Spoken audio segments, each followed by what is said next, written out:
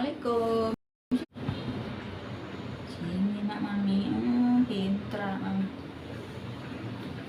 Baru capek hari ini. Capek dah kakak? Capek juga kan? Sama kak. Lihat gak guys anakku? Nah. Ayo kak, kita live kak.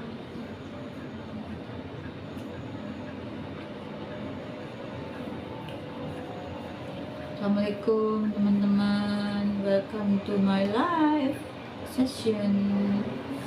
Aduh, hari ini capek banget ya aslinya, tapi masih mau cerita sama teman-teman. Jadi kan 2 hari ini kita tuh nginep di rumahku yang lama, rumah yang sudah amburadul, udah rusak gara-gara tetangga buang berangkal. Awalnya tuh tetangga buang berangkal tanpa izin ya, tanpa sepengetahuan. Ada yang buang bekas-bekas dia habis renovasi rumah, sampah-sampahnya itu dilemparkan ke dalam rumahku, ke halaman rumahku, sehingga air yang menggenang di dalam ketika kalau hujan banjir itu nggak bisa keluar, jadi rusaklah semua kusen, dinding-dinding itu rusak. Nah sekarang itu lagi mau direnovasi. Udah ketipu juga sama Asep Bima, sama si Tompel. Duit aku udah masuk belasan juta, tukangnya kurang ajar gitu kan. Sebelah pokoknya sampai sekarang duitnya udah nggak bisa ya, makanlah situ duitnya, duit haram itu jatuhnya buat kalian gitu ya. Nipu aku guys, nipu aku si tukang ini. Nah akhirnya kita tuh kesana buat ngecek dan sekaligus buat nyuci baju supaya bisa kering, karena di sana ada mesin cuci, sedangkan di sini tuh nggak ada mesin cuci. Jadi kita kesana ya kak ya, sama mami sama mami cantik. Nah reaksi anak-anakku ya teman-teman, waktu mereka datang ke rumah itu belangsakan, belingsaktan semua. Wah keluar kilir kesana kesini segala dieksplor. Padahal mereka tuh udah sering ke situ gitu, cuma mungkin udah berapa lama terus lupa kali ya, lupa terus jadi explore ke kamar ini ke kamar itu, cantik itu sibuk banget pokoknya. Dan terakhir itu baru tahu ternyata dia sempetnya keluar dari rumah. Kok bisa sih mamimu bisa keluar dari rumah, itu gimana ceritanya? Ternyata dia ada cowok, kucing cowok gitu di luar yang dia mungkin seneng kali ya, ganjen dah tuh anak aku tuh. Tapi dia tuh bisa balik lagi ke rumah, untung nggak ada yang ngambil. Gila loh, ngeri banget tadi tuh, bisa keluar sendiri dari rumah, nggak tahu gimana caranya. Mungkin di bawah pintu itu kan ada lubang menganga, karena kan belum di keramik, jadi itu ada bolongan di situ, mungkin dia keluar dari situ. Kalau kakak dia relatif lebih tenang, lebih kalem, tidur juga masih sama aku waktu di rumah sana itu. Ih kamu mah, ih geser lagi deh, gimana nih gesernya? Nah biar kelihatan kakak lagi ngapain kan. Terus yang ini nih guys yang aku mau cerita itu, jadi kan aku tuh bawa bekal pal ayam gitu ya. Jadi mereka tuh makan pal ayam di sana, ditaruhlah di freezer, di kulkas itu. Nah terus aku juga bawa bekal, masak dulu, jadi kayak orang mau piknik gitu. Dan rumah tuh dalam keadaan kacau balau, sekacau balaunya, plafon rusak semua karena ada genteng patah ya. Genteng bisa patah, coba genteng patah itu. Jadi tadi tuh ada Pak Dada ada itu, jadi bisa benerin gitu ya, benerin. Dia bilang, "Bu, ini lihat nih gentengnya patah 2." Udah begitulah, makanya kan aku tuh butuh orang-orang yang seperti tukang gitu untuk benerin rumahku. Karena kan aku cewek, mana bisa aku bisa semua, tapi aku nggak pernah diajarin papaku untuk benerin genteng. Kalau itu pun bisa aku lakukan juga gitu ya guys. Nah jadi 2 anak ini tuh sibuk banget di rumah tuh belangsakan. Tapi yang benar-benar aku mau ceritain hari ini tuh adalah tentang jadi kan toren aku tuh ada di atas ya. Toren tuh tampungan air tuh, kalau di tempat di Bandung tuh disebutnya toren, kalau di tempat lain apa ya namanya itu, apa ya namanya, apalah gitu kalau di tempat lain tuh, pokoknya tempat penampungan air yang itu kan taruhnya di beton mendak itu kan. Nah waktu itu aku bilang sama Padang benerin ladarnya, karena tukang yang sebelumnya si Amin itu mutusin ladar aku. Jadi kalau pasang pompa air itu toren itu sampai bleber gitu airnya gitu kan. Gak tahu kenapa si tukang itu mutusin ladar aku. Pas dicek sama Pak Dadan tadi tuh, Bu, dia bilang, ladarnya udah rusak, beli aja yang baru ya, dia bilang. Ya terserah, belilah 75.000, dipasangin sama Pak Dadan. Oke, sekarang udah air berhenti sendiri pompanya kalau ada ladar itu, jadi kayak pengontrol gitu loh guys. Kalau misalnya airnya udah penuh ya berhenti pompanya, jadi ada otomatisnya kayak gitu. Nah terus dia bilang, Bu, ini dakannya si toren ini penuh dengan air sampai sebetis. Hah? Aku bilang, oh pantesan ya Pak. Saya bilang, kenapa ya? Katanya diperiksa lah sama tukang ini. Dia bilang, Ibu tahu nggak, katanya itu ada lubang kecil katanya yang buat ngeluarin air itu kan, itu penuh di bawah, berada di bawah si toren. Hah? Kok bisa toren itu menutupin itu? Terus dia bilang banyak sampah. Ya udah Pak, tolong dibersihin aja. Dibersihin lah sama Padang. Ternyata ada lagi yang lebih mengerikan lagi apa yang ditemukan di saat itu. Dan itu benar-benar bikin aku, ya Allah, kok ada ya kayak gini gitu ya. Jadi kan akhirnya itu si lubang toren itu kan yang didakan itu kan ditojos-tojos gitu sama Padang, untuk keluarlah air kecil gitu, airnya keluar kecil gitu, kayak air keran yang cuman dibuka setengah kayak gitu, padahal itu lubangnya sebesar ini gitu kan. Aku bilang, Pak, ini udah keluar tapi kok kecil ya airnya gitu ya, maksudnya nggak sebanding dengan wadah paralonnya yang segede gini. Akhirnya sama Padahal naik lagi ke atas, diperiksa lagi sama dia gitu, kok bisa ini kalau udah ditojos-tojos gitu kan. Keluar lah tuh ya segala rupa kotoran. Tapi yang benar-benar bikin aku apa ya, ngerasa ih begini amat ya, ternyata itu lubang ditutup sama kain guys. Bayangin, ada kain warna hitam dan handuk tipis gitu, itu disumpelin di lubang untuk pembuangannya itu. Jadi sepertinya ada yang naik ke atas dan sengaja buat menutup supaya air itu tidak bisa turun ke bawah gitu. Kalian bisa bayangin perasaan aku pas ngeliat ada kain hitam, terus aku liatin tuh kainnya apa, karena aku pengen tahu ini siapa sih yang bikin masalah ini gitu kan. Jadi sepertinya ada orang yang jahilin rumahku. Jadi si toren itu tuh biar kalau dia lagi nggak terisi, toren itu kan mengambang. Toren itu mengambang ya guys, Nah kalau toren itu mengambang nggak ada isinya tuh, si pipa paralon yang buat ngisi air itu tuh dari pompa bawah itu tuh bisa patah, dan itu sudah kejadian berapa kali patah gitu loh. Nah jadi ternyata emang ada orang yang nggak tahu siapa yang menutup air dari buangan si tempat area naruh toren itu gitu loh.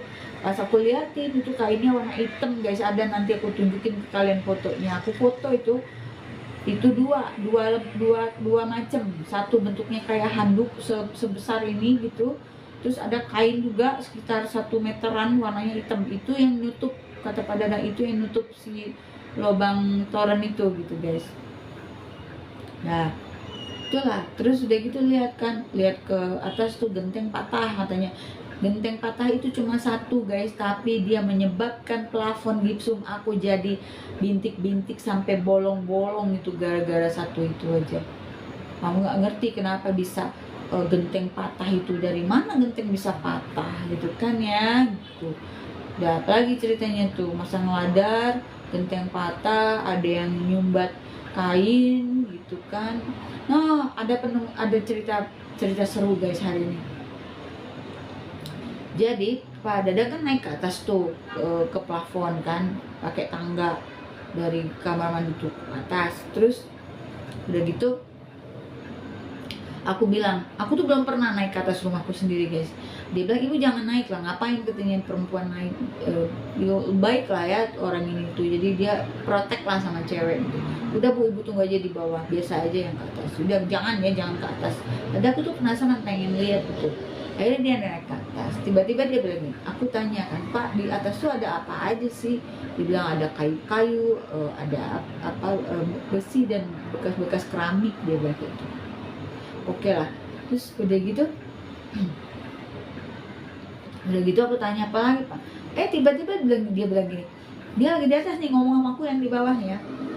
Dia bilang gini, Bu ini apa ya? Dia bilang ada satu dus, dia bilang ada satu dus. Apa Pak, buka aja, aku bilang. Kan aku tanya di atas itu ada apa aja barang di atas plafon itu kan. Dia bilang ini ada dus bu, pas buka aja Pak, aku bilang. Dibuka lah sama Pak Dan. Terus udah gitu Pak Dan bilang, bu ini kok blender? Dia bilang, hah blender? Seingat aku blender nggak pernah taruh di plafon, di genteng gitu kan, nggak mungkin gitu ya. Jadi kan, wah ini kalau nggak ada yang punya buat saya aja bu. Saya bilang, bentar dulu, lihat dulu barangnya, aku bilang, siapa tahu itu memang punya aku gitu. Turunin sama dia. Pas dibuka, aku kayak orang nemu. Kebayang gak sih kalian nemuin sesuatu barang yang udah terlupakan, inget juga, istilahnya tuh inget juga enggak, tapi ketika sekalinya kamu ngelihat barang itu, kamu tahu bahwa barang ini memang punya kamu dulu gitu kan. Jadi pas dibuka itu aku bilang, wah Pak ini blender punya mama saya dulu, saya tahu banget ini waktu saya SMA. Dia itu kalau ngegiling cabai rawit itu pakai blender Philips ini. Nah pas aku lihat, oh yang jug yang besarnya itu di bawahnya itu sudah greges-greges gitu ya. Terus yang jadi pertanyaan saya adalah, kok itu blender ada di ini, di atap gitu loh. Siapa yang naruh gitu kan? Blender ada di atap. Coba kalian bayangin guys, rumah kalian itu ada blender satu box lengkap itu dengan apa, beberapa wadah-wadah yang buat bumbu kering, bumbu basah, sama jug yang besar, blender Philips.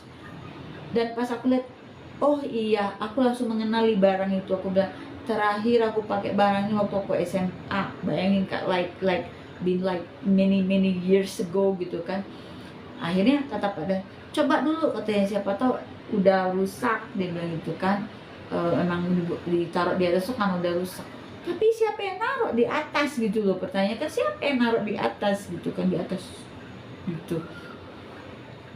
Dicolokin lah sama Pak Dan tuh, colokin sama Pak Dan, ternyata jalan guys, blendernya masih jalan, masih bagus.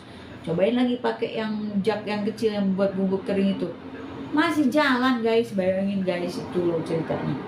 Nah pagi-pagi tuh waktu Pak Dan lagi bongkar mesin, kan aku pakai submersible, pompa submersible ya, kalau sekarang itu disebutnya di Bandung itu pompasible disebutnya, sebenarnya submersible. Nah itu pas dibuka kan, si kotak mesinnya itu kan dibuka tuh untuk dia masangin ladar. Dia lama itu masanginnya, bolak-balik dites, nggak jalan-jalan juga. Akhirnya pas lagi kan aku tuh sama dia tuh sering bercanda ya, sama tukangku ini sering bercanda, dan dia udah ngerti sifat aku, pokoknya udah enak lah kami komunikasi, jadi bercanda gitu loh orangnya tuh. Terus pas lagi bercanda gitu, lagi ngobrol sama Padang, tiba-tiba tetangga aku lewat, Ibu Erni. Ini tetangga aku udah lama banget ya guys, aku udah lama tinggal di situ ya. Tetangga aku lewat gini, ini pantasnya kayak tante aku lah usianya tuh. Terus dia bilang, si Neng ada di sini cina gitu, kata dia teh. Oh si Neng teh ada di sini cina, nginep di sini katanya. Iya bu, bilang gitu. Terus pagi-pagi tuh ya, bayangin punya tetangga ya, dia bilang gini, udah sarapan belum? Dia bilang gitu. Aku bilang, ya belum lah bu. Ya kalau di rumah sana tuh belum, sibuk kan, banyak urus, nggak ada sarapan gitu. Kadang-kadang I skip breakfast gitu kan. Terus dia bilang, oh belum sarapan, ah belum Bu, belum makan apa-apa dan nggak ada apa-apa sebenarnya gitu kan, cuma bekal doang, tapi kan nanti makan siang aja gitu. Oh bentar ya katanya gitu, nanti saya kasih katanya sarapan. Eh, wah kalau tahu gini mah katanya apa sih, nasi kuning apa gitu.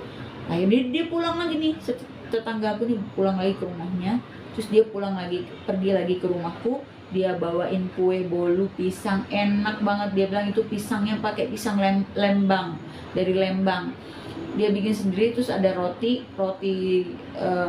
apa lapis gitu ya, roti lapis tuh. Akhirnya bagi dua, Pak dan aku kasih roti itu biar dia sarapan dan aku makan bolunya. Terus aku bilang, Bu aku pesen ya, aku pesen nanti buat bakso aku bilang gitu kan. Dia bilang, oh tidak katanya, tidak mau. Kenapa? Setelah dipelajari ternyata Bu Erni itu bikin kue itu kalau lagi mood doang. Jadi kalau dia lagi mood bagus hasilnya gitu. Dilalanya istrinya Pak Dan, cerita Pak Dan juga sama. Dia bilang itu istri saya tuh Bu katanya, kalau lagi mood aja baru bisa bikin kue. Kalau nggak mood, nunggu mood nggak mau dia bikin kue walaupun ada pisang sebanyak apapun, diemin aja sama dia kalau moodnya nggak ada. Aku bilang, itu berdasarkan mood kan, udah aku bahas kan, mental disiplin disebutnya. Jadi mental disiplin tuh orang-orang yang punya mental disiplin tuh mau mood mau enggak dia tetap kerjain. Nah ini berarti ini dua orang yang sedang kita bicarakan ini dia tidak punya mental disiplin. Jadi kebanyakan cewek-cewek kayak gitu, kalau bikin kue tunggu mood gitu kan, kalau nggak ada mood nggak bikin kue kayak gitu kan. Padahal kue ibu ini enak loh guys, menurut aku sih ini kuenya lumayan enak lah, kue pisangnya. Akhirnya dia bilang, jangan beli di saya nggak bisa kalau nggak mood. Dia bilang, nah ini berarti nggak bisa jadi bisnis kan. Anyway dia rujuk ke satu toko yang spesial jualan banana cake gitu kan di Bandung. Ya aku bilang, padahal aku sebenarnya kalau aku pesen sama Ibu Erni itu aku pengen membantu dia kan, jadi dia bisa dapat extra money gitu kalau aku pesen berapa loyang gitu kan. Tapi dia kayak gitu, dia baru bikin cake itu kalau dia lagi mood gitu ya Kak, jadi happy banget. Nah terus kan aku tuh punya tetangga yang baik-baik, tapi ada yang jahiliyah, setan-setan juga ada di situ tuh. Jadi guys, walaupun aku tidak tinggal di situ, tapi aku punya tetangga yang banyak jadi mata-mata aku. Bukan salah satu, banyak tetangga aku di situ tuh yang jadi mata-mata aku gitu.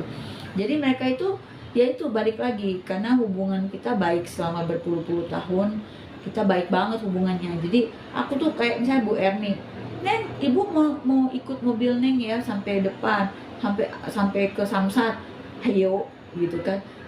Misal aku ada kerudung, ada baju, bukannya ini cocok deh buat ibu, kasih ke ibunya. Jadi mereka tuh jadi tahu gitu ya bahwa aku tuh ngejaga kebaikan dan hubungan baik sama mereka. Nah jadi beberapa tetangga aku ini juga istilahnya tuh sayang lah ke aku gitu.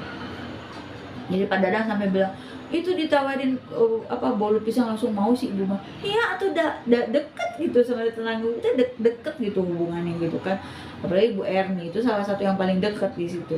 Jadi beberapa tetanggaku tuh ngasih tahu gitu, Neng cina, kasihan rumahnya cina, dibuangin sampah sama orang gitu. Jadi ada yang baru-baru ini kata mereka, ada yang nebang pohon mangganya itu sampah tebangannya itu dilemparin guys ke halaman rumahku gitu. Jadi di halaman rumah tuh banyak sampah, banyak berangkal bekas orang bangun rumah yang kayak batanya, semennya apalah, bekas-bekas keramiknya itu dikarungin, dilemparin guys ke dalam halaman rumahku. Terus ada yang buang kayak mebel kecil gitu yang dari kayu gitu ya, furniture gitu dibuang. Dipikirnya itu rumah bukan punya orang kali ya, dipikirnya nggak punya orang. Emang orang nggak punya otak gitu, orang-orang kayak gitu tuh. Itu tuh temennya setan yang kayak gitu, nggak punya adab ya, nggak punya adab. Terus pepaya aku sepohon itu, semua tetangga aku bilang, kita mah nggak pernah kebagian, baru juga mau ngeliat udah besar, toto udah hilang sepohon-pohon guys. Itu ada yang ngambil masuk ke dalam rumahku, padahal aku udah bilang sama mereka, kalau ada yang mau boleh ambil aja, yang tetangga-tetangga deket-deket aku ya yang baik-baik tuh ambil aja, aku bilang gitu. Kata mereka, mana pernah kita ngambil, orang keduluan terus, kata mereka gitu kan, keduluan sama monyet hitam gitu ya.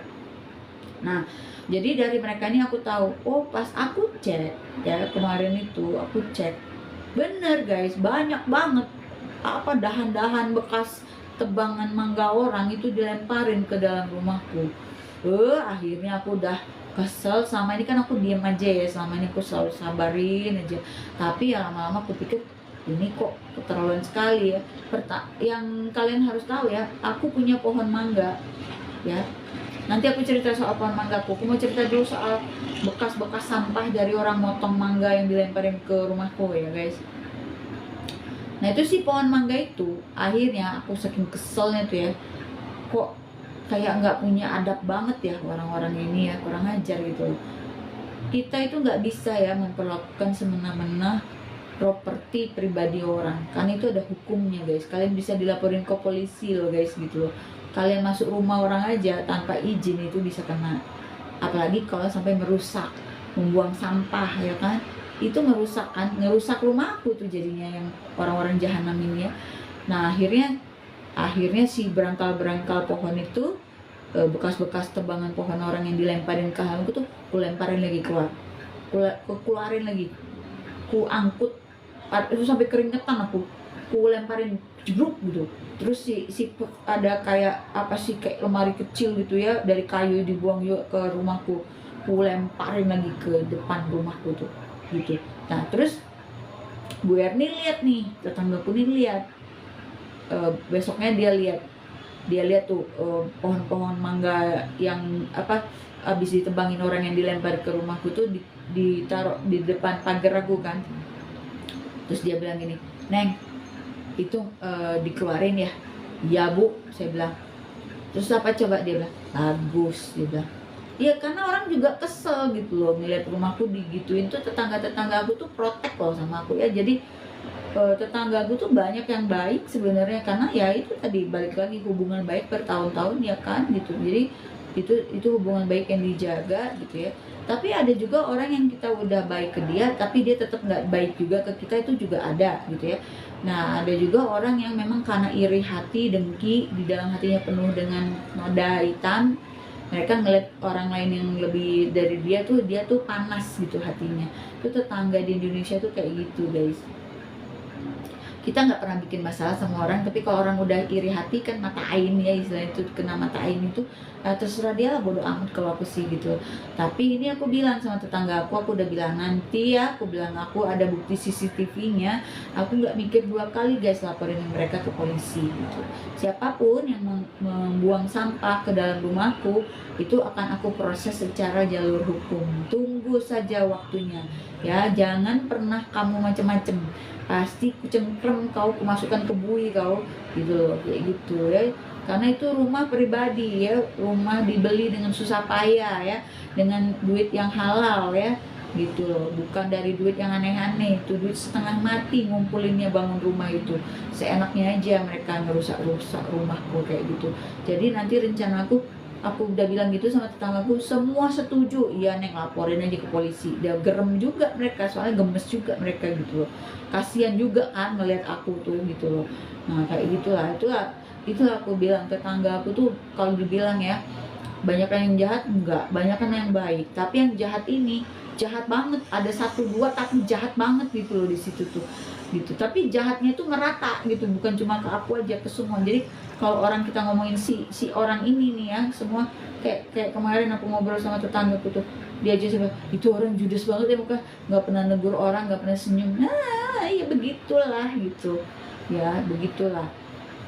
Nah jadi tetanggaku tuh udah pada ngelaporin ke aku gitu bahwa rumahku tuh dibuangin sampah, pepaya aku sepohon-pohon dihabisin, tetanggaku nggak ada yang kebagian gitu.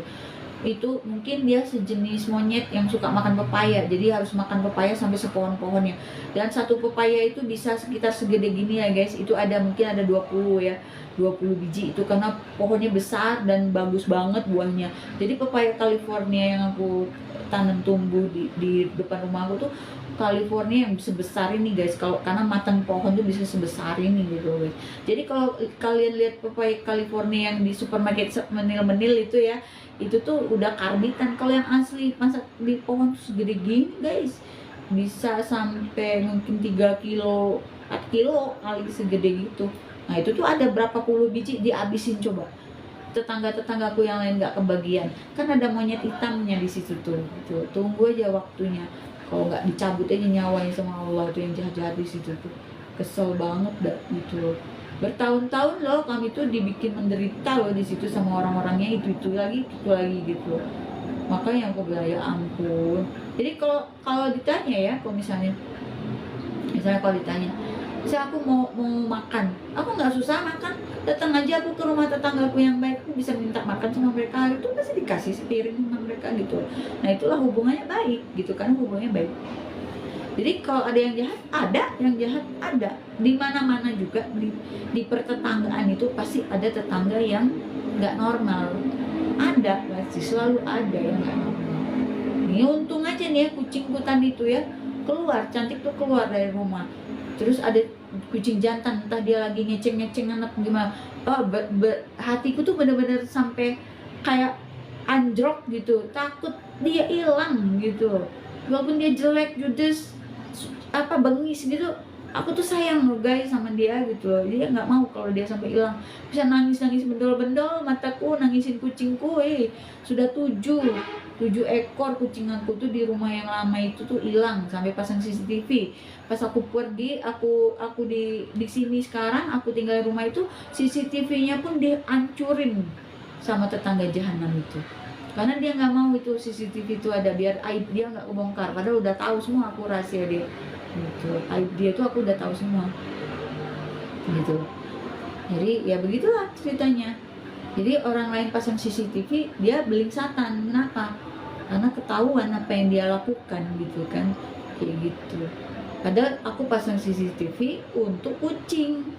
Karena kucingku udah 7 yang hilang. Makanya Bu Erli yang bilang gini, cerita kepada, ini sampai itu kan kata pada Bu pasang CCTV. Kata Bu Erli, udah si Neng mah udah pasang CCTV, tapi buat kucing ya Neng, dia kalau manggil gitu Neng. Iya dia buat kucing ya. Iya, kemana CCTV-nya kata si ibu teh? Itu Bu dirusak orang, CCTV-nya dirusak gitu. Nah itulah, seperti itulah. Jadi tunggu aja pembalasanku ya. Kalau nggak ada orang yang kelaporin ke polisi, bukan aku itu namanya. Dia harus ketemu bukti dulu, baru kelaporkan ke polisi, dan tidak akan ada damai kalau aku tuh sifatnya kayak gitu. Ya. Lihatlah, dia harus belajar. Kalau misalnya dia ganggu wilayah di depan pagar aku, itu bukan private property guys. Tapi kalau dia sampai misalnya ngebuang sampah ke dalam rumahku, itu private property, dan itu ada hukumnya ya. Jadi buat tetangga-tetangga jahanam ya, kalian nggak bisa lagi ya. Kalau nanti kutemukan bukti, memasukkan kalian ke penjara, nggak ada lagi damai-damai. 6 bulan minimal kalian masuk di situ. Gitu. Nggak ada damai-damai walaupun tetangga. Gitu. Tetangga jahanam ya jahat ya, yang jahat tuh ada guys gitu, yang mulutnya jahat gitu kan, yang ngatain, oh rumahku gak selesai, aku nih tukang ngecat tukang.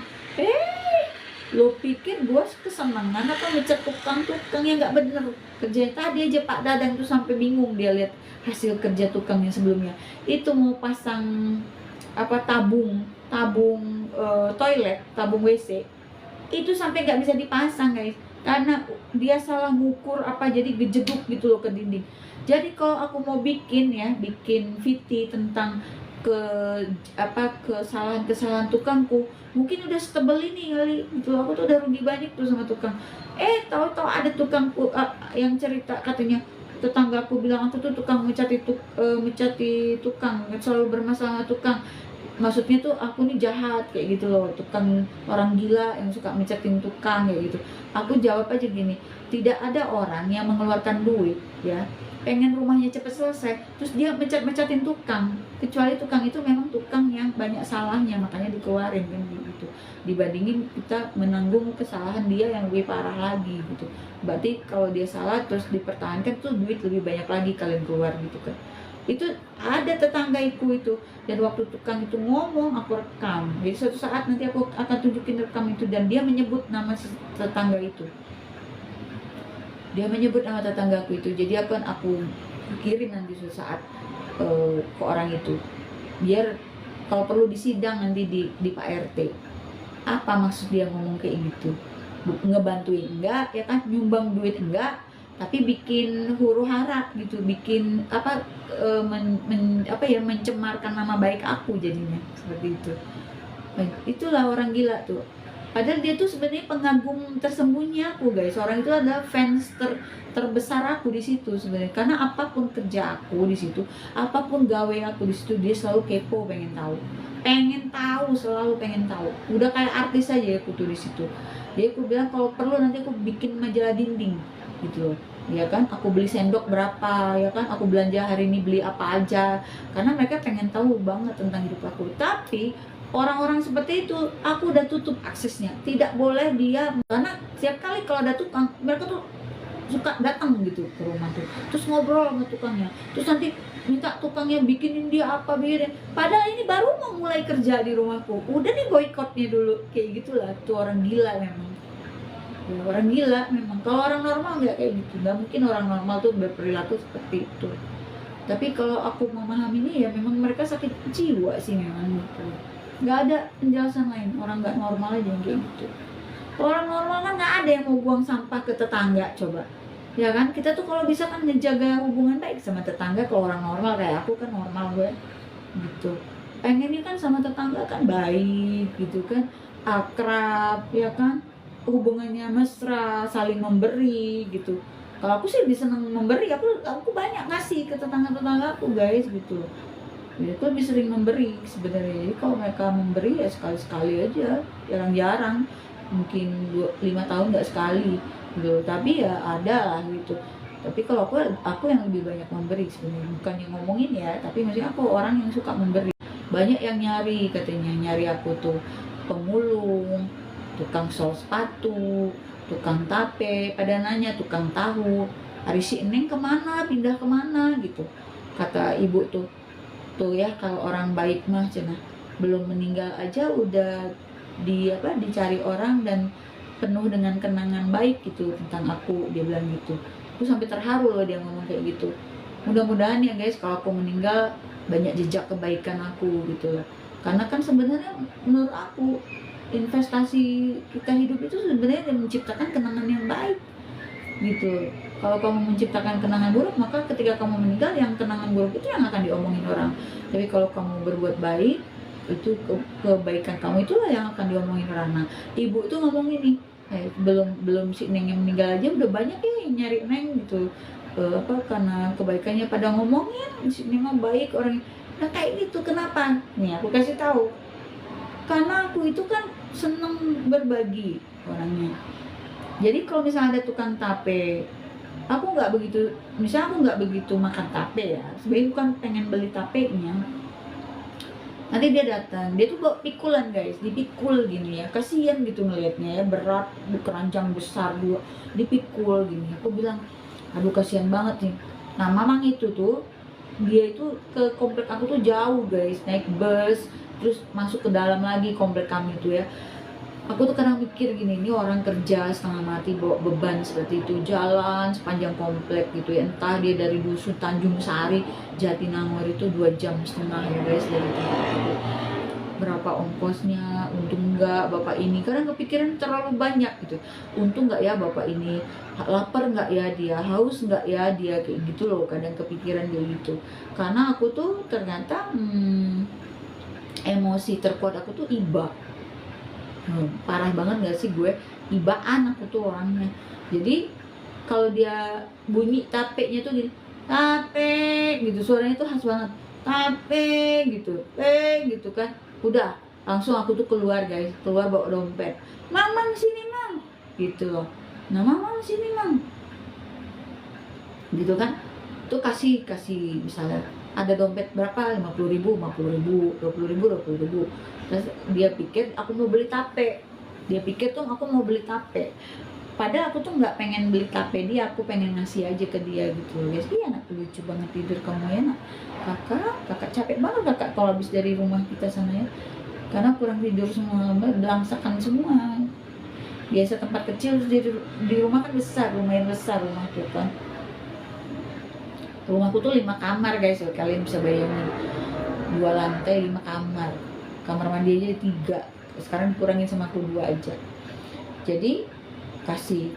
Terus nanti ada teteh strawberry, itu dari Ciwidey, jualan strawberry di komplek aku kan senang strawberry, aku beli. Kalau strawberry itu aku beli, nah, aku beli banyak, misalnya 5 kotak gitu kan, karena aku suka ngejus strawberry, aku suka buah-buahan guys, aku suka buah-buahan. Terus aku bilang gini sama si teteh itu, kan dia tuh sampai kepanasan, sampai keringetan gitu ya. Aku mikir ya Allah kesian banget gitu. Aku bilang gini ke teteh itu, teteh kalau mau minum, kalau misalnya teteh pengen minum, teteh datang aja ke rumahku, kalau segelas air aku pasti selalu ada buat teteh. Aku bilang gitu. Oh iya makasih neng.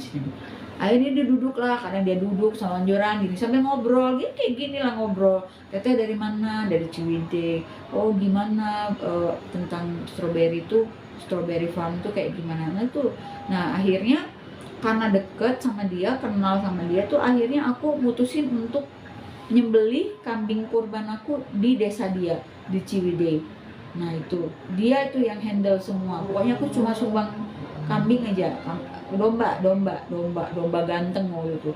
Nah aku nggak mau lihat sembelihnya, aku nggak tega guys gitu. Nah ya tapi ya aku ceritain ya, kenapa aku ceritain ini ya. Jadi orang di tetangga aku itu udah sering lihat aku berbagi sama pemulung-pemulung. Jadi di komplek aku tuh ada desa, pinggirannya lagi tuh ada desa. Nah desa ini tuh bukan desa yang banyak orang kaya lah, banyak orang yang nggak mampunya, karena itu menjadi area bakso aku. Akhirnya aku baru tahu ternyata pemulung yang sering aku bantu, salah satunya tuh ada yang tinggal di desa itu. Waktu aku kunjungin desa itu, jadi guys aku nih sering bakso belusukan kemana-mana gitu loh, ke desa ini ke desa itu, ke RT anak orang, untuk berbagi itu. Nah berbagi itu bareng-bareng ya guys, bukan danaku semua gitu, tapi bareng-bareng sama teman-teman gitu. Nah tapi yang ngejalanin berbaginya tuh cuma aku, temanku tuh nggak ikutan turun ke bawah. Jadi aku yang tahu situasi, aku yang kenal orang-orangnya, aku yang belusukan tuh, bener-bener aku belusukan banget guys. Sampai kita tuh jalan 5 jam, jalan kaki sampai 5 jam, sampai terkepor-kepor itu, panas-panas, bendentang gitu mataharinya itu. Jalan lah guys, lewat kandang kambing, kandang sapi, lewat sawah gitu. Itu beberapa temanku ada yang pernah ikut kan, jadi tahu kayak gimana bakso aku itu. Nah jadi apa ya hikmah yang aku dapetin ya dari kalau kita berbuat baik gitu ya. Kalau kita orang baik itu, kita akan merasa aman dimanapun kita berada loh sebenarnya, karena akan ada aja orang yang mengenali kamu sebagai orang baik, maka orang itu akan melindungi kamu gitu tuh. Terus ini kaitannya dengan panjang loh ngobrol aku malam ini, ada kaitannya dengan kejadian magis waktu aku umroh. Kalian percaya nggak percaya ya, aku ceritain sekarang ya. Ini aku belum pernah, kayaknya aku belum pernah tahu deh, lupa deh pokoknya aku pernah cerita apa enggak gitu ya. Kan aku tuh ditelepon sama temenku, Kak Asep Lia tuh, dia telepon. Karena sebenarnya aku tuh tadinya bulan Februari ikut, tadi tuh gini ceritanya, kami tuh memutuskan bertiga. Jadi temanku ini sama aku ini bilang pengen umroh ya kita ya gitu, ayo lah umroh. Nah dia ngajak istrinya. Nah ini teman lama aku ya, dia ngajak istrinya bertiga, dia bilang. Nah tahu-tahu aku ditinggalin sama suami istri ini. Mereka berangkat duluan bulan Februari, aku tetap di Maret. Nah jadi nggak bareng, jadi dia nggak tahu apa yang terjadi di aku tuh. Bagus semua, dia tuh sampai nggak bisa apa gitu, pokoknya adalah masalahnya. Aku nggak mungkin ceritain karena itu biarin orang itu sendiri yang cerita, aku nggak mau ceritain orang lain yang jelek-jelek. Nah terus dia tanya, kamu waktu umroh ada cerita aneh-aneh apa? Biasa gitu kan orang kalau umroh. ada cerita aneh-aneh apa gitu. Aku bilang, apa ya aneh? Apa aneh yang gimana? Ya aneh aja, apa aja cerita. Oh akhirnya oh ya ada, aku bilang gitu. Ada, aku bilang. Aku bilang, apa cerita aneh waktu kamu umroh? Aku bilang, dari pertama awal aku nyampe di Jeddah itu sudah terjadi guys keajaiban Allah pada diriku. Dahsyat banget guys kalau kalian tahu. Makanya temenku tuh kepo banget, sampai abis aku umroh tuh ditanya ada kejadian apa gitu kan, dan dia cerita kejadian negatif yang dia alamin. Dia cerita karena ini temen lama, jadi sangat sangat terbuka gitu. Jadi nggak ada, dia mah nggak ada malu-malunya cerita ke aku tuh gitu. Makanya tapi aku nggak bisa cerita ke kalian gitu ya. Jadi aku bilang, dari waktu aku di Jeddah, setiap kali aku haus ada orang asing yang aku tidak kenal yang memberikan air dingin yang sesuai aku suka. Jadi karena aku tuh kan setiap hari aku minumnya air kulkas guys, aku nggak suka air anget, aku senang minum air kulkas walaupun aku tahu itu bad habit, but I cannot get rid of it gitu ya. So every time I felt thirsty, there was always a stranger who gave me some bottle cold drink gitu. Jadi waktu di Jeddah aku tuh udah sempoyongan karena perjalanan aku dari Bandung ke Jakarta itu 7 jam, ada macet apa gitu, sehingga aku tuh udah pasrah, kalau mau tinggalin aja. Aku bilang, berarti emang belum rezeki aku, karena aku nggak bisa mengendalikan macet kan, padahal aku sudah prepare 7 jam sebelumnya gitu loh. Jadi aku bukan orang yang nggak prepare, itu udah prepare, tapi ternyata macetnya gila-gilaan sampai aku tuh the last person yang mereka tungguin untuk berangkat ke Mekah itu, sampai di Jeddah dulu, sampai di Jeddah. Jadi dalam keadaan udah puyeng, udah lemes banget, darah rendah aku udah rendah banget, udah mau pingsan, kata Firman tuh. Aku ngeliat muka Teteh udah kayak udah nggak ada darah ya, udah mau pingsan karena aku kecapean banget guys. Belum lagi ngurusin kucing waktu tuh, Kati sama Cing mau mesti dititipin dulu ke Purwakarta segala macam gitu. Ribet pokoknya urusan tuh, sampai aku tuh bener-bener nggak ada persiapan sama sekali untuk nyiapin baju apa, nggak ada guys. Aku pakai baju punya mamahku yang seada-adanya aja, karena waktu itu aku tuh juga belum punya banyak koleksi baju-baju muslim gitu, nggak ada. Aku bukan tipe cewek yang suka stylish tuh, enggak, biasa aja aku tuh. Jadi waktu di Jeddah itu aku tuh naik bus kan, kita tuh naik bus dari Jeddah ke Mekah tuh kurang lebih sekitar berapa jam ya, lama guys, itu sampai kaki bengkak-bengkak gitu. Nah itu udah gitu busnya tuh kan, aku tinggi, aku termasuk cewek tinggi, jadi tungkai aku tuh tinggi, jadi itu sampai bener-bener nyentuh tungkai itu, saking sempit itu si bus itu. Gila tuh, didedet-dedetin tuh, harusnya kan nggak boleh kayak gitu. Jadi kita yang tinggi tuh sampai harus minggir gitu karena mentok gitu sama si kursi si bus itu. Nah ceritanya masuklah ke bus itu, semua sudah penuh sama jemaah-jemaah yang. Nah by the way aku mau cerita, aku itu ikut umroh itu sendirian karena ditinggalin sama temanku yang 2 laki bini ini. Terus manasiknya itu di Jakarta, sedangkan aku di Bandung, dan aku tidak punya waktu untuk ikutan manasik, tapi aku mempelajari dari buku aja cara-cara umroh itu. Jadi otomatis aku boleh dibilang memang tidak kenal satu orang pun dalam rombongan itu. Jadi benar-benar total stranger, semua orang pertama kali yang aku lihat di situ, karena aku nggak pernah ikut manasik bareng-bareng mereka. Waktu itu satu bus sudah penuh sama orang-orang, tapi aku diarahkan masuk bus itu. Nah satu-satunya tempat duduk ya yang kosong itu bagian depan. Kalian tahu nggak kenapa aku bersyukur banget aku dapat bus yang duduknya depan? Karena aku nih car sick, basic, jadi sering muntah kalau naik bus. Jadi aku harus duduk di depan, dan itu 50-50 chance aku muntah. Jadi aku bersyukur banget Allah kasih aku duduk di depan banget, di belakang supir, tapi sebelahnya bapak-bapak. Nah kalian bayangin, aku pergi sendiri perempuan, di sebelahku bapak-bapak, dan itu spend sekitar 6 jam lebih ya dari Jeddah itu, kok nggak salah dari Mekah, pokoknya lama deh gitu. Nah kebayang nggak ada bapak-bapak, tapi dalam hati mau gimana lagi, tinggal itu kok satu-satunya tempat duduk aku. Terus si bapaknya, nggak apa-apa ya Bu katanya sama saya. Aku udah teler, iya Pak, iya nggak apa-apa. Aku udah ngedrop banget waktu itu.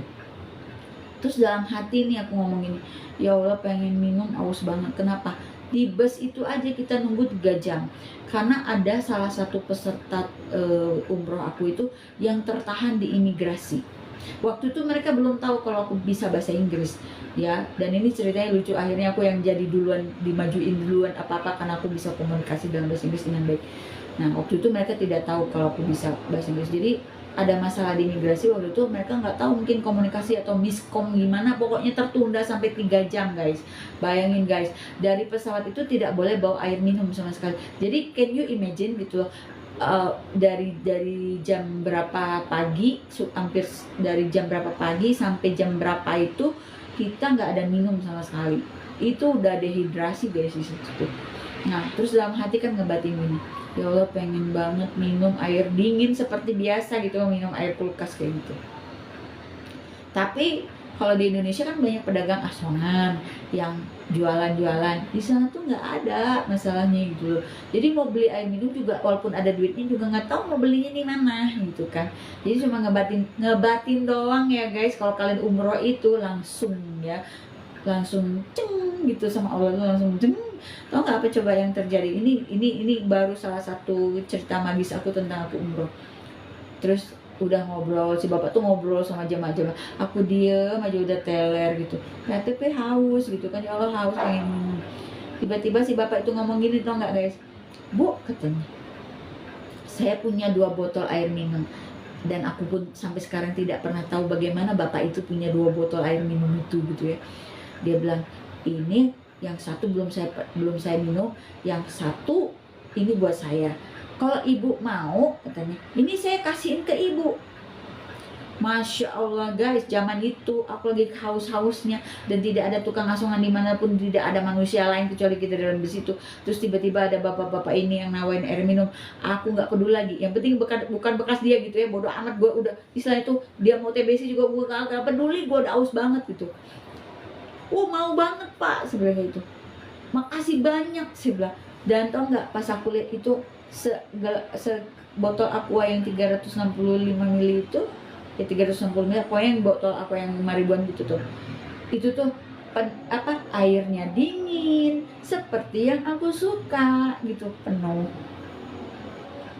Udah terima kasih banget, terus langsung minum dengan sukacita, alhamdulillah dapat air gebek. Udah gitu si bapaknya ngomong gini, Bu, saya harus turun dari bus ini. Tuh kenapa Pak? Sudah, ternyata ini bukan bus saya salah masuk. Malaikatku bilang begitu, dikirim sama Allah, disasarin bisnya supaya ngasih aku air minum. Nah kalian bisa bayangin ya kan, tuh kejadian satu soal air minum aja. Kejadian kedua di Bir Ali, itu ke tempat oleh-oleh di Madinah. Di Madinah itu kehausan juga, satu bus kehausan semua, tapi belum ada panitia itu ngeluarin air minum botolan. Biasanya kita suka dikasih air botolan, itu nggak keluar guys. Nah aku tuh nggak belanja oleh-oleh ceritanya, aku cuma seneng memvideokan situasinya. Dan banyak penjualnya tuh yang bisa bahasa Indonesia ya guys, karena banyak kita orang kita gitu ya. Nah lagi kayak gitu, lagi haus banget, di belakang aku ini guys deretan aqua yang kecil, deretan aqua kecil yang ini yang 200 ml, sama bekasnya tuh chillernya tuh sampai ada uap-uap dinginnya itu ya. Lagi haus guys, ngeliat kayak gitu gimana coba kalian bayangin. Dia aku bilang gini sama mutawif aku, tour guide aku, orang Madura, ngomong gini, Pak ini bisa nggak ya saya beli? Sebelah saya haus banget. Dibentak dong gue sama dia bilang, Ibu ini tuh bukan Indonesia. Tuh orang Madura tuh kayak gitu, tolonglah kalau orang Madura itu. Ini mutawif aku orang Madura, ngomongnya kalau aku dari Bandung tuh rada shock dengan cara dia ngomong gitu ya. Ibu pikir ini Indonesia, di sini tuh nggak ada katanya, gitu-gitu. Ya Allah bisa nggak sih ngomongnya manis sedikit gitu ya, nggak perlu harus kasar kayak gitu ya. Ya sudah Pak, kalau emang nggak bisa dibeli ya udah, siapa tahu kan bisa dibeli dalam hati aku gitu ya. Udah haus atau beli juga nggak apa-apa tuh kalau kita mah gitu kan. Udah diem aja gitu, diem aja. Terus dia sibuk kan ngurusin yang lain-lain. Aku berdirilah di tempat air minum itu. Ini kejadian kedua ya guys. Tiba-tiba sekitar mungkin sekitar 7 meter dari aku adalah orang Arab, 2 orang pakai baju putih-putih, pakai tudung yang Arab, khas Arab itu. Mereka berbincang dan tidak tahu apa ngomong apa. Terus si salah satu Arab itu nunjuk-nunjuk ke arah aku. Terus sudah gitu aku diem aja dah, aku nggak ngerti, aku diem aja, cuek aja. Tiba-tiba orang Arab itu ngomong, ya mungkin kalau diterjemahin bahasa Tarzannya ya deh boleh gitu kan gitu. Datanglah si bapak ini, jig, nggak nyapa, nggak apa, nggak senyum. Terus ambil tuh, langsung ambil aku 3 di belakang aku nih ada 3. Dia ambil cepet diambil ke gitu. Terus dia bilang apa? Dia bilang ke aku gini, hajah halal. Terus aku pakai bahasa Inggris dong, karena that's the only language yang aku bisa gitu kan. Aku bilang, oh thank you, how much is it? Berapa ini? Kan aku pikir kalau bisa beli aja gitu kan gitu. Terus dia bilang, hajah halal. For me? Aku bilang, halal, dia bilang gitu. Yaudah aku ambil kan, minum lah aku kan. Terus itu bener guys, air dingin, air kulkas seperti yang aku biasa minum, suka yang kayak gitu. Aku nggak bisa yang biasa-biasa, aku sukanya yang cool gitu kan. Minum lah, alhamdulillah, bilang thank you lah, syukron lah, apalah, pokoknya makasih deh gitu. Nah udah gitu, udah selesai belanja, kita foto-foto sama pohon kurma foto di situ.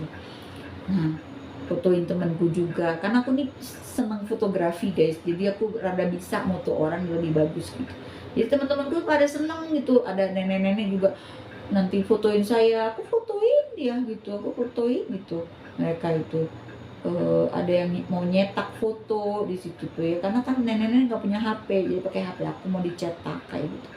Nah habis itu pulang, masuklah ke dalam bus, habis belanja dari Bir Ali itu masuklah ke dalam bus. Tahu nggak apa coba? Aku tuh dijadikan heboh banget sama teman-teman satu bus aku itu. Pada jemaah-jemaah yang lain tuh ngomong gini, Mbak Nunun, kok bisa ada air minum, dapat dari mana? Kita juga haus. Ada yang bilang, kok bisa dapat air minum dari mana? Terus aku dengan jawabnya gini, nggak tahu, tadi ada orang Arab ngasih saya. Dan I was the only person on the bus yang dapetin air minum itu, dan yang mereka tuh tidak ada satupun yang dapat gitu itu. Nah jadi mereka, kok bisa dapat? Siapa? Aku bilang ada orang Arab yang kasih aku. Kok kita juga haus? Gak tahu, saya bilang pokoknya saya dikasih, dan mereka nggak ada yang dikasih satupun gitu ya. Nah habis udah gitu baru panitia pada ngeluarin air minum gitu. Jadi kita dapat, memang ada di bus tuh ada air minum buat jemaah-jemaah itu baru dikeluarin, dan aku udah hilang dulu haus aku.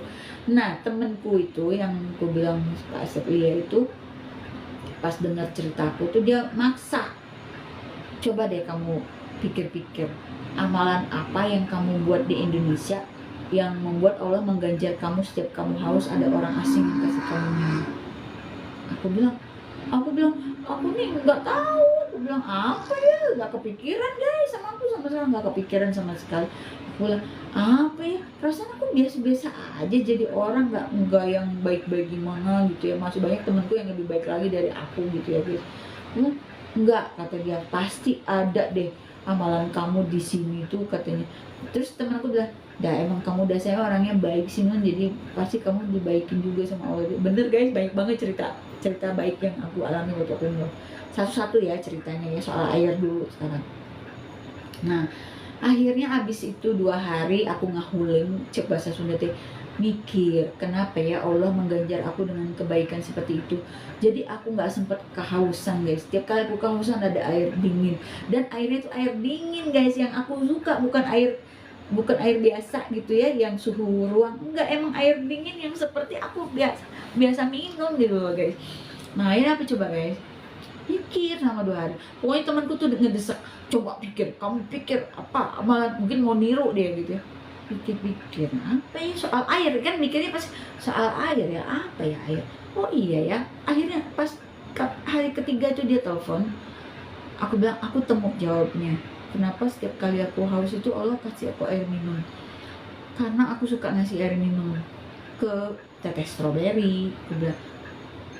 Dan itu memang benar sih, teteh stroberi yang jual stroberi itu kadang ke rumahku untuk ngambil air minum gitu, aku kasih sambil ngobrol sambil beli. Nah aku bilang oh itu, kata temanku. Terus yang kedua, aku itu pernah berapa kali ya guys sedekah berapa dus aqua cup untuk masjid. Jadi misalnya masjid lagi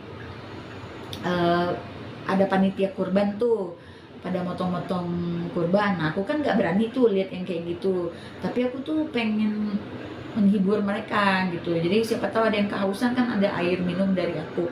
Nah itulah, aku rasa itulah kenapa Allah bales seperti itu. Mungkin ada hubungannya seperti itu gitu, wallahu alam ya. Tapi ini cuman cerita doang sih, tapi mungkin ya pasti ada hubungannya ya kenapa gitu ya. Ada lagi yang ajaib loh guys. Aku ditraktir di sana gitu, ditraktir abis-abisan. Terus aku mikir kenapa aku ditraktir ya di Mekah itu, karena aku juga suka traktir orang di sini gitu loh. Jadi ada misalnya adik-adik gitu yang aku punya teman di klub bahasa Inggris itu, tenon traktir dong nasi padang. Habib mau makan, ayo kalau ada duit aja, kalau selama ada duitnya ayo aja aku traktir mereka. Tuh aku lebih seneng traktir orang sebenarnya. Itu beberapa temanku tahu aku suka mentraktir orang, suka ngajak makan gitu orang. Nah sampai di sana aku ditraktir orang juga guys, dibeliin. Aku mau bayar, mereka nggak mau dibayar gitu. Makan pizza paling enak tuh ada di Plaza di Mekah itu ada guys. Jadi kalau kalian suka kuliner kayak aku, ke Plaza aja, ada sebuah plaza di situ. Kalian bisa makan apa aja, nasi mandi lah, nasi kebuli kek gitu, keju aja berteret tuh, mau keju apa aja ada semua tuh di supermarketnya mereka itu. Dan aku ke supermarket Bin Daud. Nah pas di Bin Daud itu aku nemu satu bungkusan sebesar batu bata, bahasa Arab semua, kagak ngerti gitu kan apaan ini maksudnya, pokoknya nggak ngerti. Cuma katanya dates, aku kan bisa bahasa Inggris, cuma ada dates. Kok dates? Kan gini guys, noraknya aku waktu itu, aku taunya kurma itu biji-biji gini kan. Di sepanjang sejarah hidup aku taunya kurma tuh biji-biji gini. Tiba-tiba di Bin Daud itu aku ngeliat ada tulisan ada kurma tapi sebesar batu bata gitu. Jadi aku tuh bingung, ini apa ya gitu kan, ini apa, tapi katanya kurma. Tapi kok kurma bentuknya kayak apa ya, kayak pasta gitu. Nah tiba-tiba ada orang Afrika cantik banget, cewek cantik Afrika, tiba-tiba dia yang ngejelasin. Mungkin dia tahu kok gue bingung kali ya. Alarm aku tuh. Akhirnya dia jelasin, dia pakai bisa bahasa Inggris. Aku bilang what is this, dia bilang oh ini kamu bisa pakai sebagai seperti selai, kamu bisa bikin kue, jadi itu pasta kurma. Nah belilah itu pasta kurma itu, bawanya berat setengah mati, gak bisa masuk koper lagi gara-gara Bu Yati. Akhirnya ada anaknya jemaah itu yang si cakep itu yang bawain ransel aku. Dari situ aku baru tahu bahwa ternyata aku tuh sebenarnya kenapa tidak bisa bawa barang berat itu, karena saraf aku ada yang kejepit. Tapi waktu itu belum nyadar, aku tuh belum diperiksa ke dokter gitu waktu itu. Tapi aku udah ngerasa kok aku kayak susah banget gitu ngangkat koper apa itu, nggak bisa guys, nggak sanggup gitu. Tapi semua macam masih jalan tuh, masih normal gitu ya. Nah disitulah akhirnya belilah pasta gigi yang dari daun apa tuh, nemu tuh di situ tuh. Itu pasta gigi yang alami itu udah aku beli semua tuh di situ. Ya cuma beli yang gitu-gitu, terus ada yang nitip pesen apa krim muka gitu. Ya udahlah tak kasih aja gitu akhirnya. Itu ada yang nitip kurma ajwa, mahal kan itu kurmanya. Dulu aja berapa ya sekilo itu, berapa ratus ribu gitu. Ya aku kasih aja ke temenku, ke Fandri. Ya udah Fandri mau tuh kasih aja ke Fandri gitu, nggak usah dibayar kayak gitu. Nah terus aku merasa ya keajaiban yang berikutnya itu adalah dompet aku tuh kayaknya duitnya nggak keluar duit deh. Jadi dompet aku tuh kayak utuh isi dompetnya itu, jadi bisa bawa pulang lagi gitu loh guys ke Indonesia gitu loh. Itu ajaibnya sih menurut aku. Jadi dompet aku aja kayaknya nggak berkurang gitu duitnya gitu loh. Jadi waktu di masjid Masjidil Haram itu, di mana ya Masjidil Haram, di mana lupa deh. Kalau nggak salah Masjidil Haram deh, benar Masjidil Haram. Kan sholat. Nah sholat, entah gimana ceritanya aku tuh apa di Madinah gitu ya, lupa deh guys. Tuh kan harusnya memang harus segera diceritakan ya kalau apa-apa yang menarik gitu ya. Kadang-kadang mikir ceritain apa enggak, tapi sekarang kalau nggak diceritain akunya yang lupa gitu. Jadi ada bapak-bapak ya, kakek-kakek sih sebenarnya. Kalian bayangin ya, kayak tokoh di film-film Arab yang Pakistan, yang India gitulah tokohnya itu ya. Jadi di sana itu aku menjumpai jemaah yang seperti itu. Bajunya lusuh ya guys ya, bajunya lusuh. Dia kayak pakai sorban gitu, udah kerut-kerut, ada jenggotnya gitu. Dia itu sholat lah depan aku. Dan pas di depan aku itu aku melihat tapak kaki dia tuh retak-retak guys. Jadi aku tuh iba. Nah itulah dia tadi kan iba. Tapi mau komunikasi dia nggak bisa bahasa Inggris gitu. Jadi akhirnya pakai bahasa Tarzan aja gitu guys. Aku keluarin lah dompetku itu. Waktu itu cuma bawa duit berapa?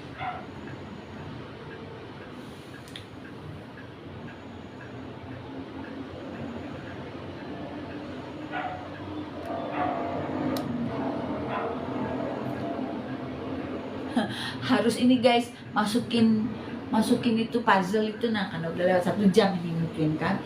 Jadi aku lihat kakinya itu retak-retak, terus bajunya lusuh gitu ya. Terus aku kesian gitu ngelihatnya. Apa dia ini jemaah yang pilgrim yang jauh banget berjalan kaki dari negaranya. Nah pikiran aku tuh udah ke mana-mana gitu loh guys. Karena iba tadi kasihan gitu kan. Nah akhirnya aku keluarin lah dompetku itu, ada duit berapa yang aku rasa cukup lah untuk aku bagikan ke dia, nggak banyak, cuma berapa rial waktu itu. Aku tuh gini, ku kasih tanda gitu kan nggak bisa ngomong, orang-orang itu kan nggak bisa ngomong. Jadi aku kasih duit, dia terima guys. Dia terima duit aku itu. Nyesel bener aku nggak bawa duit banyak waktu itu. Coba kalau aku bawa duit banyak, mungkin aku bisa ngasih dia lebih banyak lagi gitu kan. Nah itu guys, bapaknya ya boleh dibilang ya Mekah, tanah suci, Madinah itu sebenarnya dari segi alam ya jauh cantikan negara-negara lain ya. Kayak negara kita aja banyak hijau-hijau, di sana tuh kan gersang. Kalian bisa bayangin perjalanan 6 jam itu pada pasir semua yang dilihat sampai bosen ya gitu. Tapi memang kenyataan gitu. Tapi kalau dibilang indahan negara kita lah gitu, atau negara Eropa, tapi tidak ada tempat di muka bumi ini seajaib tanah suci. Aku nih udah kemana-mana guys, udah ke beberapa negara, tidak ada kejadian-kejadian magis kecuali di Mekah itulah sama di Madinah itu. Nah itulah guys. Jadi kayaknya tuh Allah itu baru kita ngomong di dalam hati aja udah langsung kabulin gitu. itu pengen pegang Ka'bah guys. Oh, belum ku ceritakan cerita aku pegang Ka'bah, itu heboh banget. Aku ceritain sama temenku sampai mau keluar air mata dia. Aku ceritain ke teh itu, dia sampai masya Allah teh kayak gitu. Nah itulah aku bilang, jadi pulang dari sana, pulang dari Mekah itu harusnya orang nggak akan berani macem-macem lagi gitu.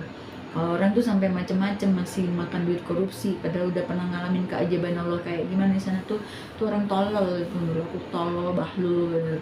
Kenapa? Kamu tuh akan takut mau macem-macem itu. Kenapa? Kalau di Mekah itu dibisikan hati kamu aja langsung Allah kabulin, gila nggak, ngeri banget. Kalau Allah pengen minum langsung ada orang asing yang nggak dikasih air minum, gimana coba gitu ya kan. Jadi begitu, lihat anakku lucu banget. Jadi mau gimana, yang udah pernah ke Mekah itu tahu itu tanah ajaib, tanah keajaiban di sana itu.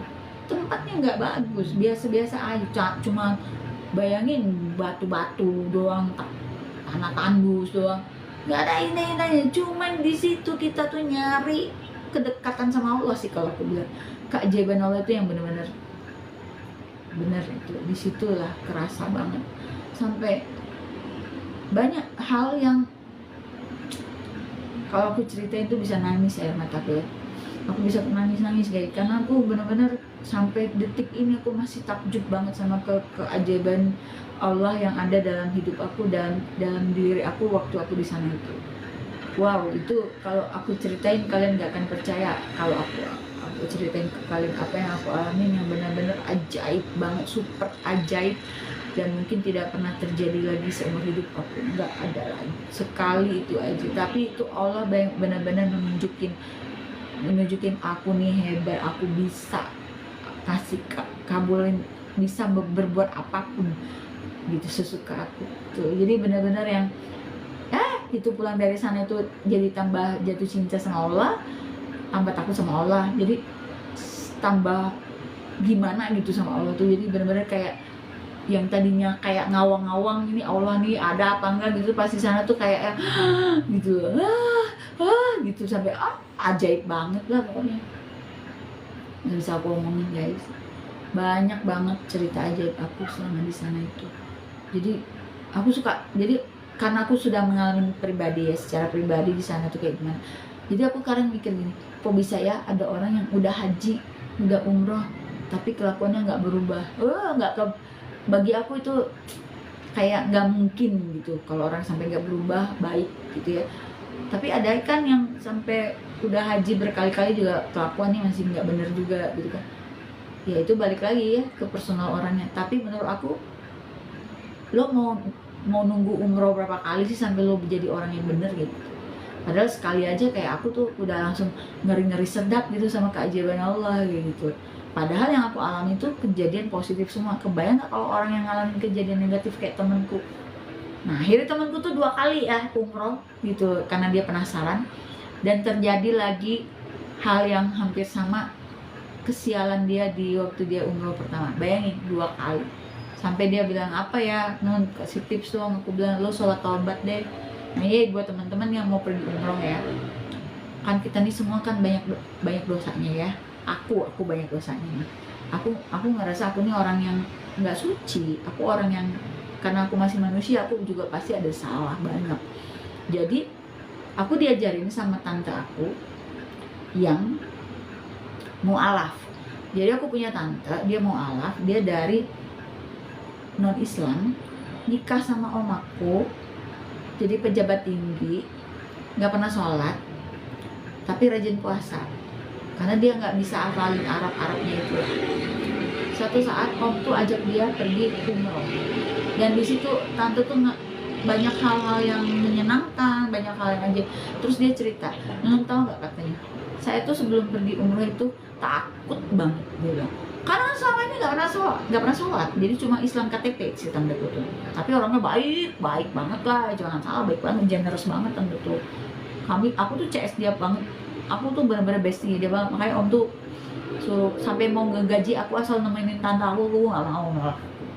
Terus dia bilang gini, Iya, aku kebayang ya, ini orang Islam KTP gak pernah sholat, gimana nanti di sana, kan mikirin gitu. Tapi kan Allah maha maha tahu isi hati kamu, gitu kan. Jadi tanteku ini ketakutan guys, ketakutan lah dia mau umroh itu. Tapi dia bilang gini, dia tuh sampai berdoa. Berdoanya tuh masih gaya-gaya dia zaman zaman dia masih nonis gitu, lucu. Dia mau tidur tuh dia berdoa, dia minta ampun dulu sama Tuhan. Tuhan ampunin aku, pokoknya dia ngaku dosa, istilah kayak gitu. Nah, dia ngaku dosa, dia berdoa aja, belum sholat tobat. Kalau kita kan yang udah ngerti Islam ada sholat tobat, dia nggak sholat tobat tuh, dia cuma berdoa aja, minta maaf, minta ampun sama Allah, kayak gitu kan. Dia mau pergi umroh ini, jangan sampai ada apa-apa, kan malu-maluin, dia kan udah pejabat gitu kan. Nah, pergilah umroh Om sama tante ini. Sampai di sana kata tante, semua menyenangkan. Nah, satu saat Om tuh ngetawain orang yang sholat di tangga. Jadi kebayangan sholat di tangga, nungguin pula apa nggak jatuh keseimbang. Jadi Om tuh ngetawain orang itu. Tapi kata tante, tahu nggak Nun, katanya dibalas sama Tuhan. Hari itu Om sholatnya persis seperti orang yang dia ketawain di tangga, nungging. Nah di situ jadi tante tuh ngerasain banget banyak lah cerita dia tuh. Jadi dia pulang dari situ guys, tahu nggak apa yang terjadi sama tanteku ini? Pulang dari umroh, dia pakai jilbab guys, dia bisa sholat sekarang, dia getol ibadah. Aku pokoknya sampai mau nangis, aku lihat dia berubah. Aku nggak pernah sangka seumur hidup aku akan melihat tanteku tuh pakai jilbab. Orang dia tuh centil banget, fashionable banget, dia bajunya gaun-gaun bagus yang mahal-mahal 10 juta, 20 juta kayak gitulah guys. Sekarang dia pakai jilbab. Kalian bisa bayangin, orang yang seumur hidupnya nggak pernah sholat, nggak pernah kenal Islam, pulang umroh itu langsung jadi muslimah. Nah, merinding nggak kalian gitu? Itu jadi bangga banget lah aku sama tante itu, Tante Nur, I'm so proud of you gitu. Nah itu jadi akhirnya waktu temenku yang 2 kali umroh ngalamin kesialan terus, dia nanya ke tipsnya ke aku bilang, coba kamu tobat. Aku bilang, mungkin ada yang dari kamu yang Allah nggak suka gitu, tapi aku nggak mau menggali lebih dalam aib orang ya, karena tujuan percakapannya bukan untuk mencari tahu apa aib lo, bukan, tapi maksudnya nasehatin dia. Mungkin ada sesuatu dari kamu yang Allah reject gitu loh, makanya kamu dibikin sial di sana gitu kan, sampai nggak bisa ibadah guys gitu. Nah akhirnya aku bilang, coba deh sebelum pergi lo ke sana, lo sholat tobat dulu, minta ampun dulu sama Allah. Nah ini buat teman-teman, makanya aku bikin ini tuh buat teman-teman semua. Kita ini kan kotor kesana itu, jadi kita minta Allah ampuni kita supaya kita jangan dipermalukan di sana gitu kan. Nah, sholat tobat guys, sholat tobat terus harus ikhlas, apapun yang terjadi itu ya sudah, ikhlasin aja gitu loh, diterima aja kayak gitu kan. Ikhlas itu kuncinya, ikhlas gitu. Karena aku diuji juga sama Allah soal keikhlasan aku, karena aku hampir ketinggalan pesawat, macet 7 jam ya kan, sampai pokoknya ada lagi cerita yang serunya. Pokoknya aku diuji ikhlas, tapi Allah membayar tunai guys, sama aku membayar tunai. Allah asli, Allah Maha Besar, Allah Akbar itu. Nah akhirnya temanku itu menjalankan apa yang aku sarankan ke dia. Silahkan sholat tobat aja. Dan akhirnya pergilah dia, berhasillah dia pergi umroh yang ketiga kali. Dan aku tidak pernah mencari kabar dia atau nelfon dia, kepoin dia apa, kamu sial lagi enggak. Dia dong yang nelfon aku, selalu begitu, selalu dia yang nelfon aku. Dia cerita lah gimana perjalanan yang ketiga, bisa katanya, bisa ibadah gitu, nggak kenapa-kenapa lagi. Oh alhamdulillah sih teman-teman. Jadi kalau mau umroh, sholat tobat dulu atau berdoa dulu, mohon ampun dulu sama Allah gitu. Allah tuh senang kok kalau kita merendahkan diri dengan bilang minta ampun, ya kan. Ngapain arogan? Nah kalau arogan, kalau kalian sombong, arogan, ngerasa kepinteran ya kan, ngerasa pejabat tinggi, diuji di sana guys. Bisa-bisa kalian nggak bisa balik ke hotel, nyasar ya. nyasar ya, kayak tikus di labirin, Pak, muter-muter ya di situ sampai nggak bisa pulang ke hotel sendiri, sampai harus ditemukan. Itu banyak kejadian kayak gitu, banyak banget. Jadi kalau dibilangin Mekah itu menakutkan, bagi aku tidak, menyenangkan.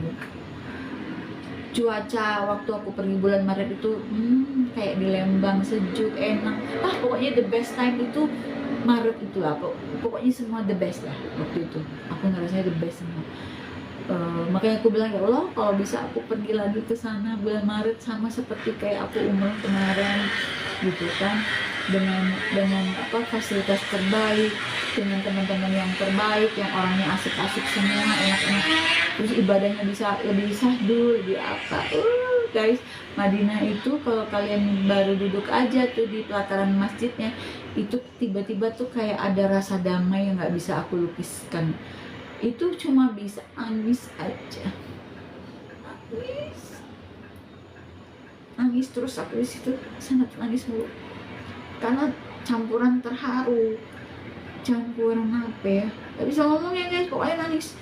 Lihat Ka'bah saya tuh nangis, nggak bisa ngomong apa-apa, doa apapun saya udah lupa, saya cuma nangis sih sambil baca Allahu Akbar. Pokoknya segala apa yang bisa keluar dari mulut aja, tapi itu udah kacau karena udah kecampur emosi nangis gitu. Saya bingung kalau ada orang lihat Ka'bah nggak bisa nangis, saya bingung karena saya tuh bombay banget, lebay banget, saya nangis banget itu. Nangis guys, dua kali saya lihat Ka'bah itu nangis terus.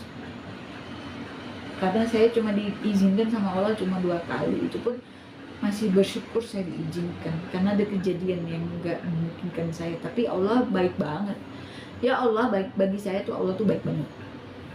Sekarang saya baru menyadari Allah tuh ternyata baik banget ya, sayang banget sama aku gitu. Dulu mah marah, suka marah, sombong, merasa apa sih Allah kasih aku susah banget sih hidup aku, sedih banget sih aku gitu loh. Dulu cemen dulu. Kalau sekarang pas umroh itu jadi makin tahu betapa sayangnya Allah sama aku. Nah jadi kalau kita ngomongin soal keimanan aku abis pulang umroh itu, misalnya sebelum pergi umroh segini, pas pulang umroh tuh jadi segini, naik, meningkat. Jadi buat teman-teman kalau bisa nabung pergi umrah deh, ujian mental juga, siapa tahu nanti di situ kalian mendapat hikmah gitu, dapat hikmah.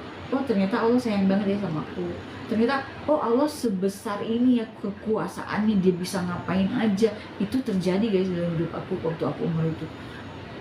Tapi aku ceritain apa enggak ya, karena ini benar-benar personal banget.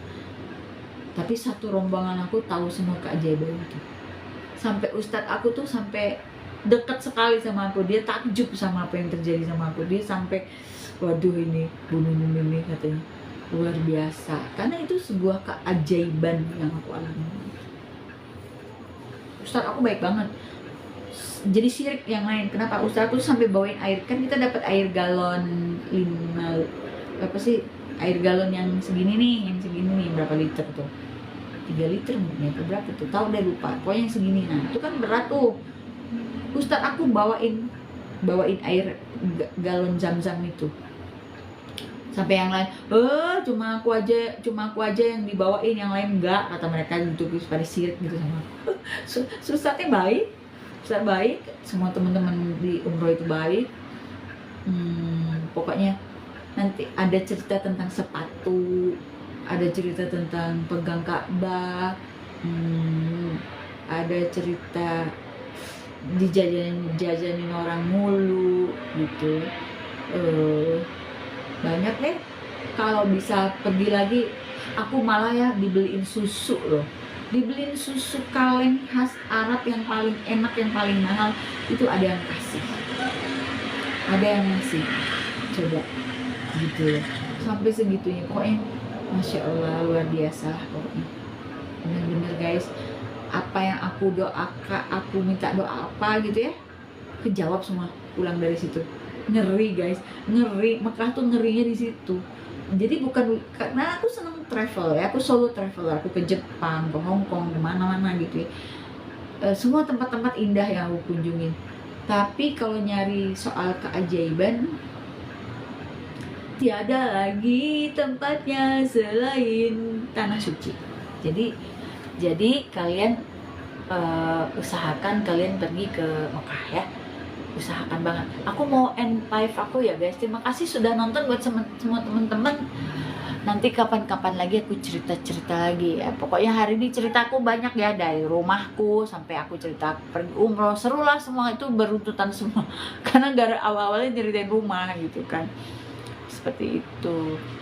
Oke, terima kasih semuanya yang udah dengerin. Mudah-mudahan kalian semua juga bisa pergi ke umroh. Siapa tahu kita bisa bareng-bareng. Kakak udah bobo nih guys. Ini anakku tuh, ini anakku Nina. Mirip banget sama Jejel, mirip banget sama papinya ini. Papinya hilang guys, dihilangin orang. Oke teman-teman, segitu dulu live aku. Terima kasih. Assalamualaikum warahmatullahi wabarakatuh. End live. Mana nih end live? End